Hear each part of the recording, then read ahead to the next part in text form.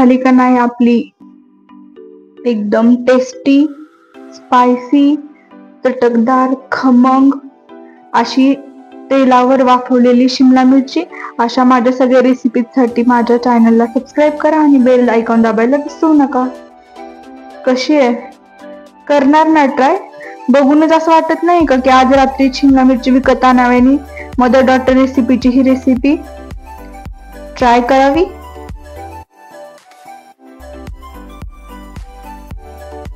नमस्कार मंडळींनो, कशा आहात? मी आहे वनश्री आणि तुमचं स्वागत आहे माझ्या मदर डॉटर रेसिपी चॅनल वरती। तर आज आपण करणार आहोत भरलेली काळ्या तिखटाची झणझणीत अशी शिमला मिरची, ढोबळी मिरची किंवा ढबू मिरची। तुम्हाला माझा एक लहानपणीचा किस्सा शेअर करते। मी जेव्हा 8वी 9वी मध्ये गेले तेव्हा मला कळलं की हा ढबू मिरचीलाच शिमला मिरची म्हणतात। मी लहानपणीपासून 10वी पर्यंत तर वाकडीतच राहिलेले।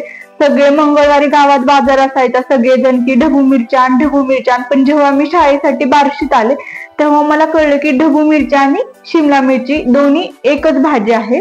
तुमच्या पण अशा काही किस्से असतील तर तुम्ही मला कमेंट बॉक्स मध्ये मेसेज करून शेअर करू शकता।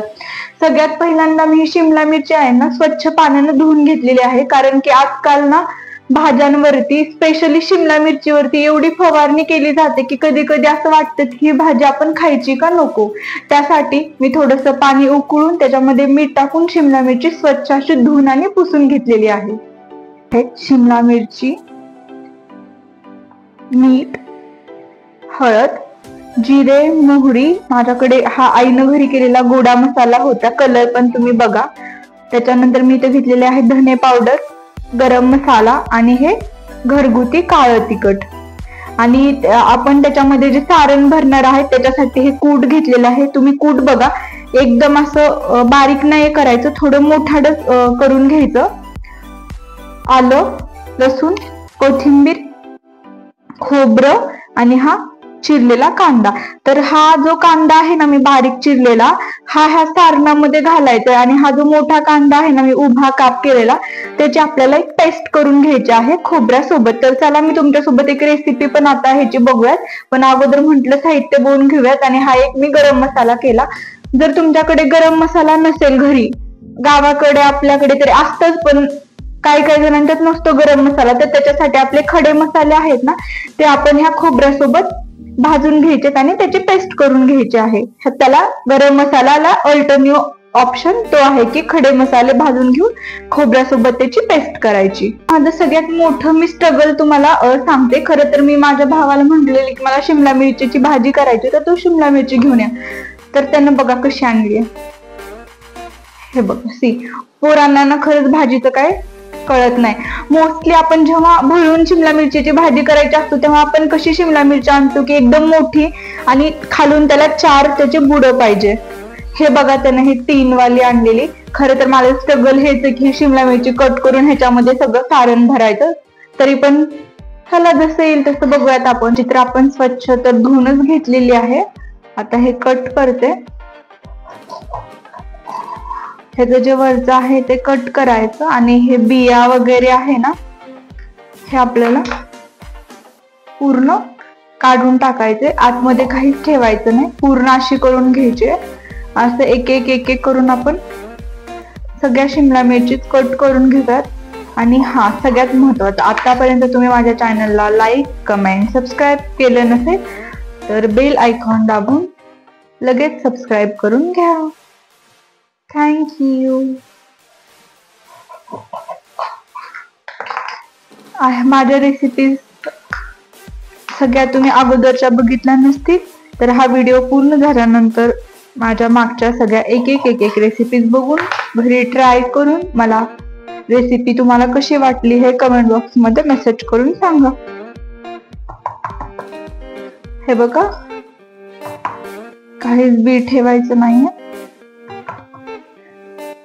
1 2 3 4 कसं व्यवस्थित झालेलं आहे। आणि जरी तुम्हाला ही माझी सांगितलेली रेसिपी कळली नसेल तरी डिस्क्रिप्शन मध्ये मी पूर्ण रेसिपी दिलेली आहे, तिथे तुम्ही जाऊन बघू शकता। आपला पॅन आहे ना एकदम गरम झालेला आहे, तर ह्याच्यामध्ये मी थोडंसं अर्धा चमचा तेल टाकते. अर्धा चमचा तेल ह्याच्यासाठी की आपल्याला जे खोबरं आहे आपण बारीक केलेलं पूर्ण असं गोल्डन ब्राऊन होईपर्यंत खरपूस भाजून घ्यायचंय सगळ्या बाजूंनी आपल्या सारणासाठी.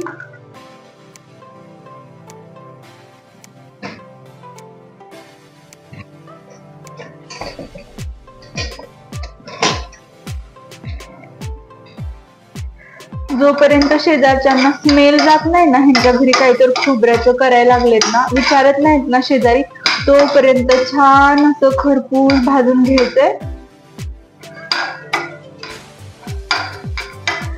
माझ्याकडे गरम मसाला आहे म्हणून मी ह्याच्यामध्ये काही खडे मसाले टाकत नाही, पण तुमच्याकडे गरम मसाला नसेल तर तुम्ही ह्या खोबऱ्यासोबत तमालपत्र, चक्री फूल, त्याच्यानंतर दालचिनी, जिरे, 1-2 लवंग, मिरे आणि ते मोठी इलायची जे आहे ते तुम्ही सगळं ह्याच्यामध्ये भाजू शकतात.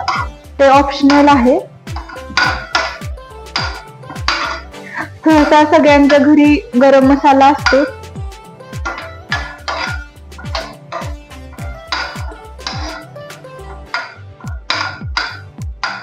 बघा तुम्ही हे गोल्डन व्हायला लागले.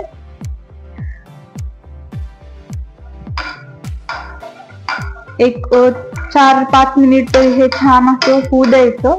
परतत राहायचं जोपर्यंत सगळं भाजत नाही तोपर्यंत.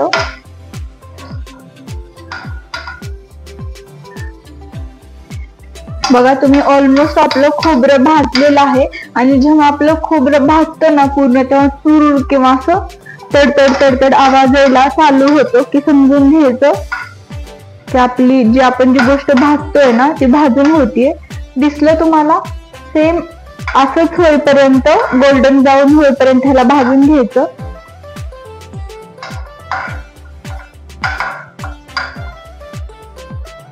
आता मी गॅस बंद करते आणि खोबरं थोडंसं थंड व्हायला एका वाटीमध्ये काढते. हे जे आपलं भाजलेलं खोबरं आहे ना एका वाटीमध्ये काढून घेऊयात थंड व्हायसाठी.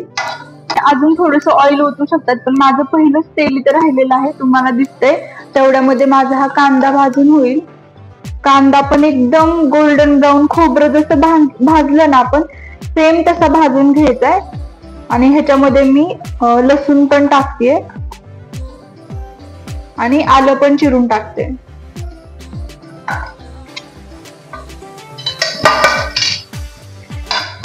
आता हे पण छान आपण मीडियम टू लो फ्लेम होईपर्यंत एकदम खरपूस असं भाजून घ्यायचं.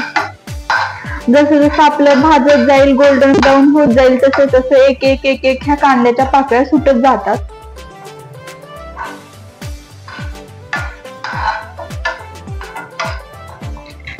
खोबऱ्याचा स्मेल तर अजून येतं, एवढं छान मी खोबरं भाजून घेतलेलं आहे. कांदा पण सेम तसाच भाजून घ्यायचा.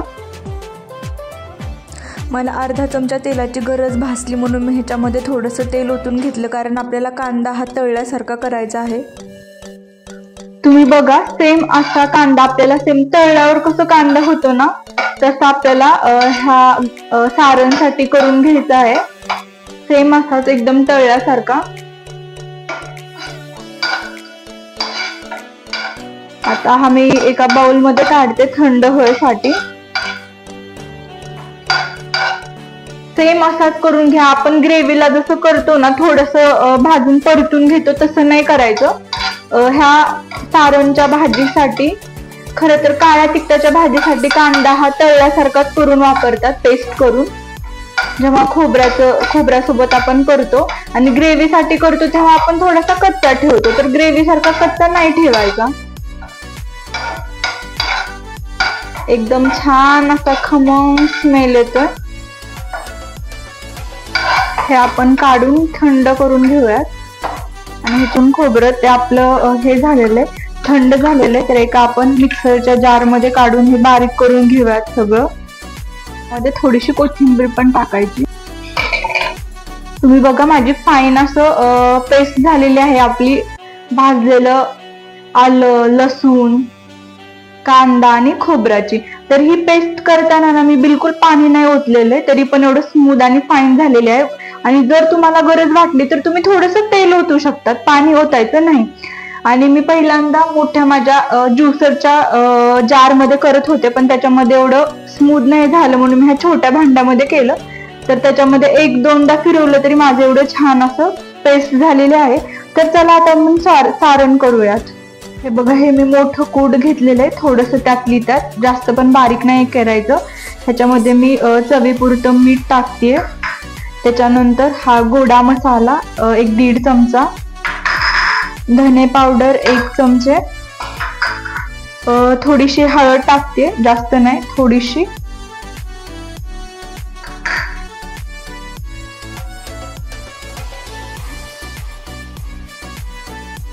आणि 2 चमचे मी काळं तिखट घेतलेलं आहे, म्हणजे प्रत्येक आपल्या मिरचीला अर्धा. हा माझा मोठा स्पून आहे खूप, त्याच्यामुळे मी ह्याच्या मेजरमेंटने एकच घेतलेला आहे, पण आपले नॉर्मल 2 चमचे घ्यायचं. आता ह्याच्यामध्ये जाईल आपला मगाशीचा बारीक चिरलेला कांदा,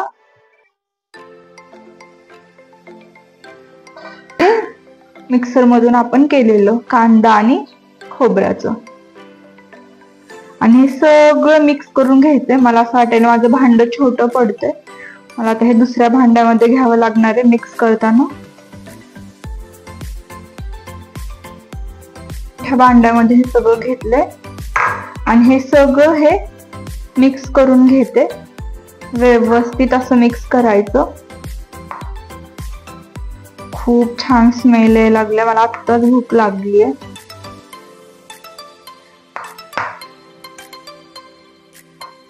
छान असं मिक्स करायचं.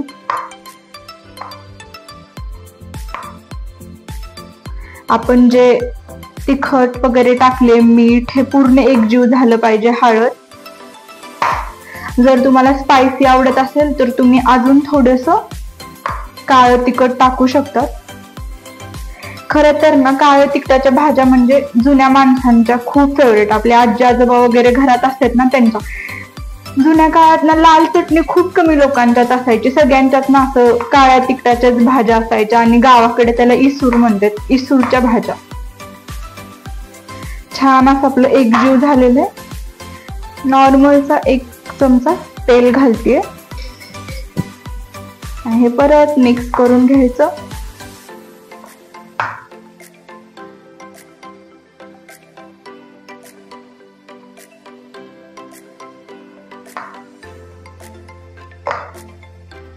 तुम्ही बघू शकतात आपलं सारण किती छान रेडी झालंय.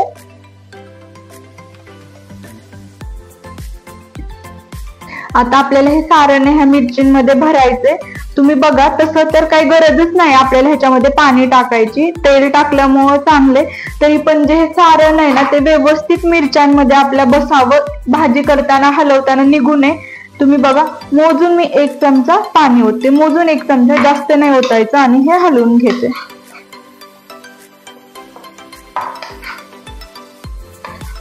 पाणी ओतले, पण असं काय पातळ नाही केलेलं, 1 स्पून फक्त ओतले की जेणेकरून त्या हे जे आपलं सारण आहे ते मिरचीमध्ये फक्त चिटकून बसावं. 1 मिरची घ्यायची आणि हे पूर्ण त्याच्यामध्ये भरायचं दाबून.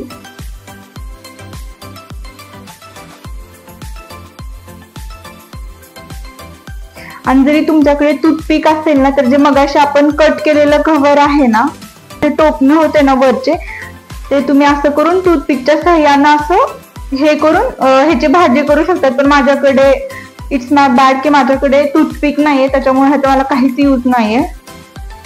पण नक्की मी टूथपिक वाली पण ढोबळी मिरची फ्राय मी तुम्हाला शेअर करेन, तुम्ही ती पण रेसिपी नक्की ट्राय करा. नेक्स्ट टाइम तुम्हाला ती वालं करेल, सांगेल की कसं ह्याचे टोपणं पण ह्याला बसून आपण छान असं फ्राय करून घ्यायचंय. असं दाबून मसाला ह्याच्यामध्ये मी भरलेला आहे. आता बाकीच्या पण मिरच्यांमध्ये भरूयात.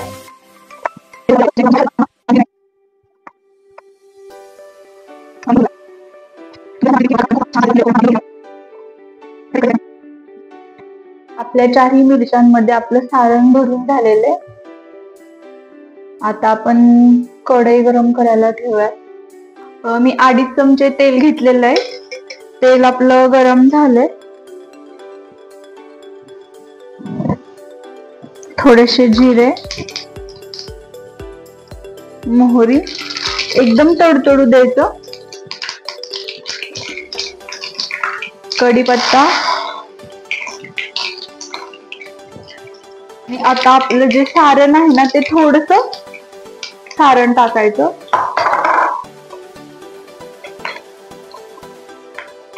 थोडंसंच टाकायचं, एकच चमचा टाकलंय मी.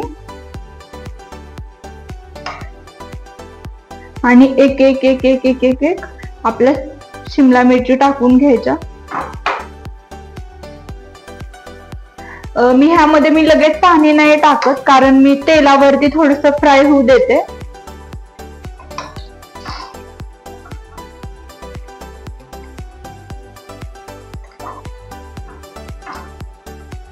ह्याच्यावरती झाकण लावून ठेवूयात.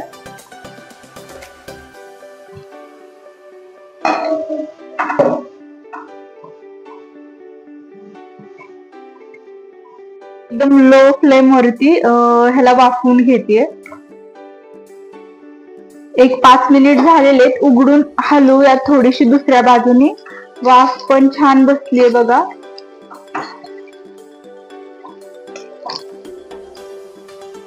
एका बाजूनं बघा दिसते तुम्हाला.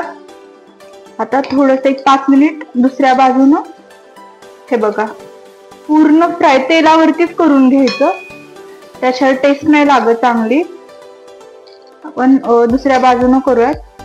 वाटलं तर हा जो मी तेलामध्ये मसाला टाकला होता ना, हा तुम्ही नंतर टाकू शकता थोडस तेलावरती फ्राय झाल्यानंतर, जर तुम्हाला करपल वगैरे असं वाटत असेल तर. माझा तर नाहीये करपला, पण जर तुम्हाला वाटलं गॅस मॅनेजमेंट कडे कुठे लक्ष बसावं, त्यापेक्षा मग तेलावरती हे फ्राय होऊ द्यायच्या आधी मिरच्या आणि परत मग हे सारण टाकायचं आपण. एक 5 मिनिट दुसऱ्या साईडनं पण होऊ देऊयात. लो फ्लेम वरतीच करून घेतेय. एवढा छान झणझणीत आणि खमंग असा स्मेल येतोय भाजीचा. झालेले 5 मिनिट. हलवून घेऊया.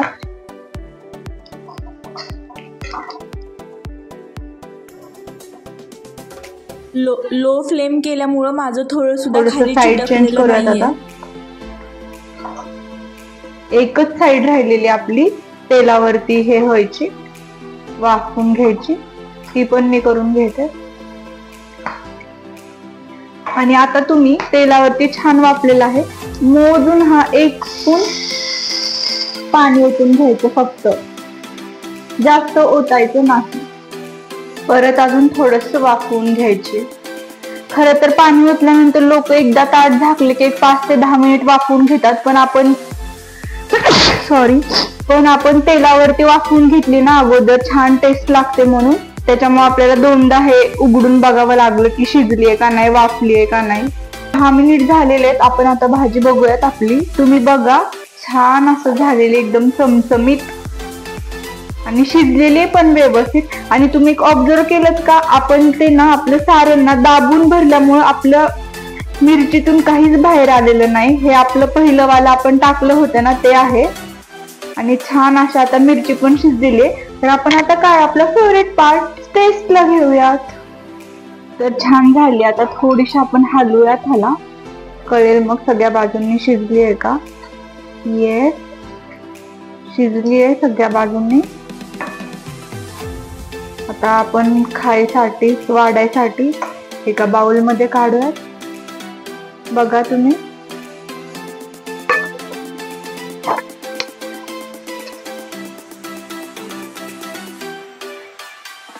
आणि ही आपली डेकोरेशन साठी भरून जाईल कोथिंबीर. भाकरीचा घेतलेला आहे छोटासा, आणि शिजली का बघते सी. तुम्ही हे बघा, भाकरी बुडके म्हणजे शिजली आहे. आता मी टेस्ट करून बघते.